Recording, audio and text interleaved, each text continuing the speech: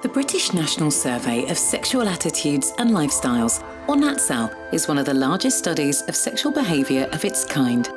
First conducted in 1990 and again in 2000 and 2010, the most recent report combines the results of over 45,000 respondents, recording the dramatic changes in our sexual lifestyles over the past 60 years.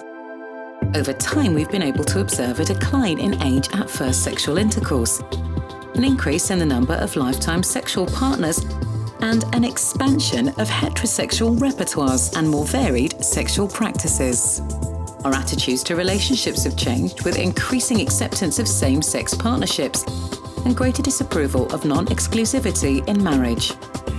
Reporting of recent sexual activity declined with age, and older people had lower levels of sexual satisfaction, with those in poor health reporting decreased sexual activity and lower satisfaction independent of age and whether or not they had a current partner. When asked whether they felt their health affected their sex lives, about 1 in 6 people said that it did. Of these, only 1/4 of men and 1/5 of women had sought any clinical help or advice.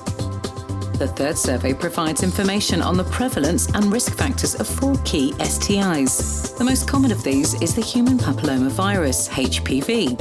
Certain high-risk types of HPV are associated with an increased risk of cervical cancer and were found in nearly 1 in 6 women aged 16 to 44.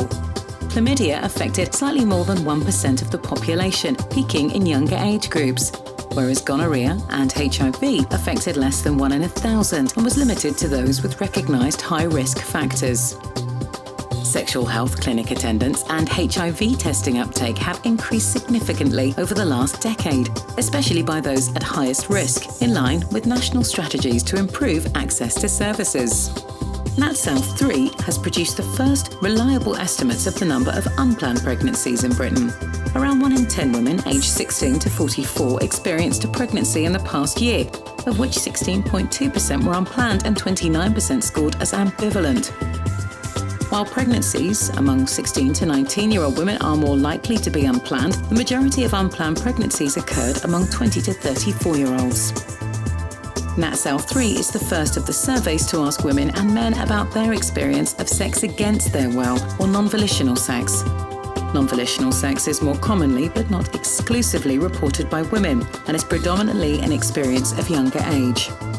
In the majority of instances, the perpetrator is someone known to the individual. Overall, among women, current or former intimate partners form the greatest proportion of perpetrators.